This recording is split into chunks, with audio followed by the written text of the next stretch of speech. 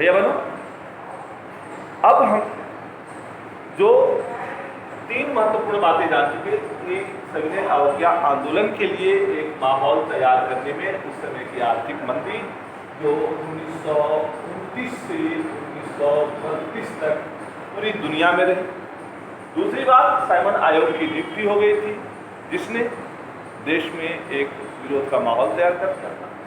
इसी बीच Lord Irwin ने dominion status का शिगुफा छोड़ दिया और देश एक तरह से उबलने लगा। इसी बीच एक चौथी बड़ी बात हो गई,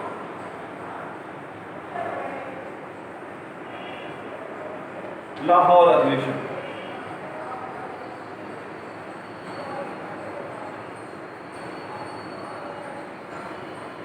उन्नीस में और इसकी अध्यक्षता एक युवा नेता पंडित जवाहरलाल।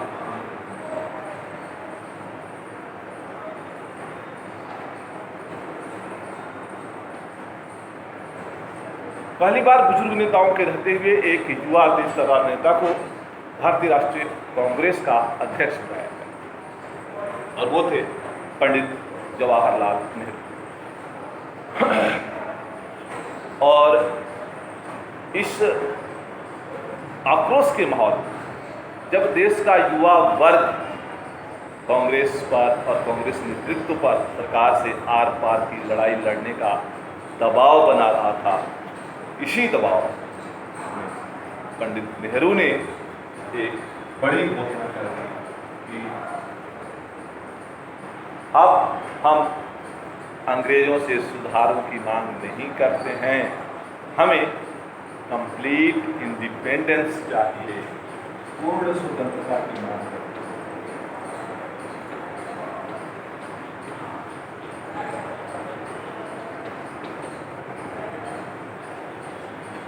और इस पूर्ण स्वतंत्रता की मांग ने भारतीय जनमानस को एकदम आग हो गया।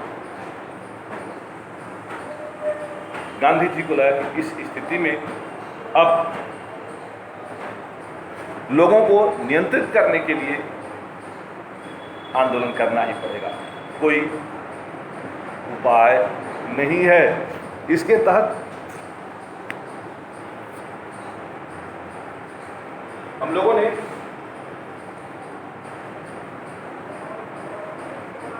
26 जनवरी 1930 को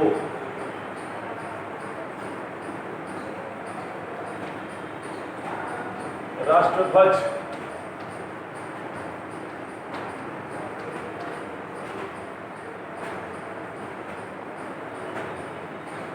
फहराया गया और स्वतंत्रता दिवस मनाया गया।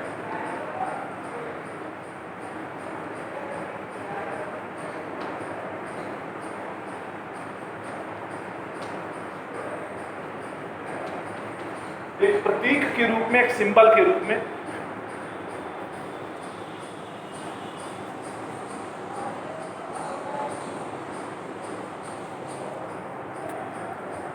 हमने तय किया कि हम अब प्रति वर्ष 26 जनवरी को स्वतंत्रता दिवस मनाएंगे। यानी अंग्रेज हमें आज़ादी दे या नहीं दे, हम आज से अपने को आज़ाद मानते हैं।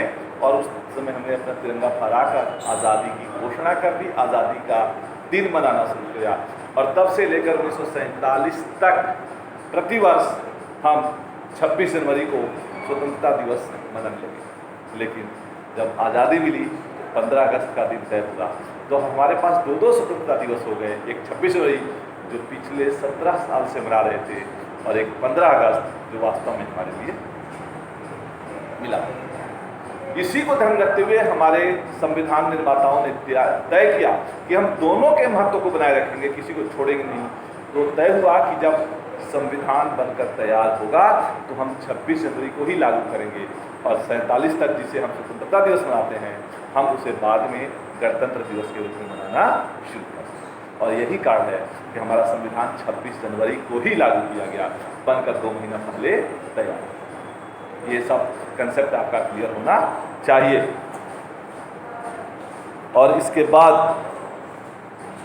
उस दिन हमने एक तरह से शपथ लिया कि आज के बाद हम अपनी आज़ादी के लिए संघर्ष करेंगे।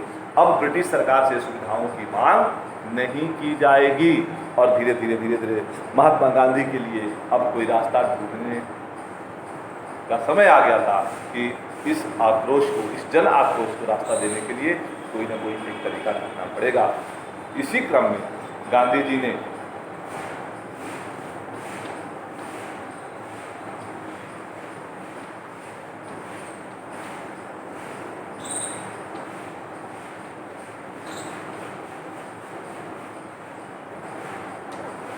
लॉर्ड इरविन को पत्र लिखा गया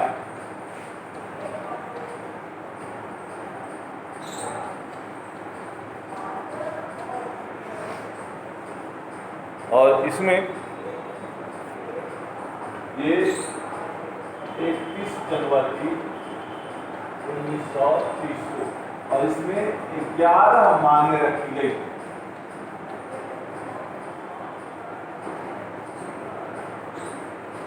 और साथ साथ ब्रिटिश सरकार को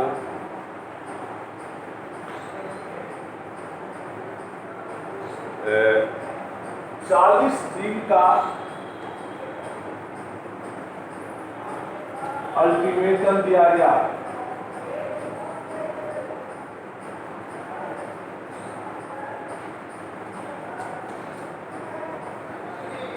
और इसमें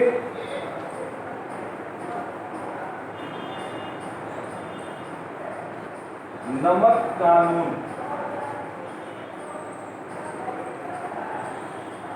हटाने पर जोर दिया गया था। 11 मांगों में एक बड़ी मांग थी कि सरकार नमक कानून हटाए। अब नमक कानून क्या था कि देश में केवल ईस्ट इंडिया कंपनी ही नमक बना सकती है और बेच सकती है।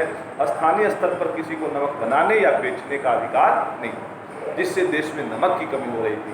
तो गांधी जी ने, कई बार प्रश्न ये आता है कि गांधी जी ने नमक पर ही इतना जोर क्यों दिया, क्योंकि इसमें किसानों की भी मांगे थी, व्यापारियों की मांगे थी, उद्योगपतियों की मांगे थी, विधानसभा में सुधारों की मांग थी। लेकिन सबसे ज़्यादा जोर गांधी ने नमक पर इसलिए दिया क्योंकि नमक समाज के सभी वर्गों की आवश्यकता थी। और अगर दूसरे मुद्दे पर जोर देते तो वह वर्ग तो साथ में आता, लेकिन दूसरे वर्ग का समर्थन शायद उतना नहीं था। इसलिए गांधी ने समाज के सभी वर्गों को एक साथ जोड़ने के लिए नमक के मुद्दे पर जोर दिया और यह अल्टीमेटम दिया सरकार को कि अगर 40 दिन के भीतर ये हमारी मांगे नहीं मानी गई तो फिर हम एक बड़ा आंदोलन खड़ा करेंगे और इसकी जिम्मेदारी सरकार की होगी।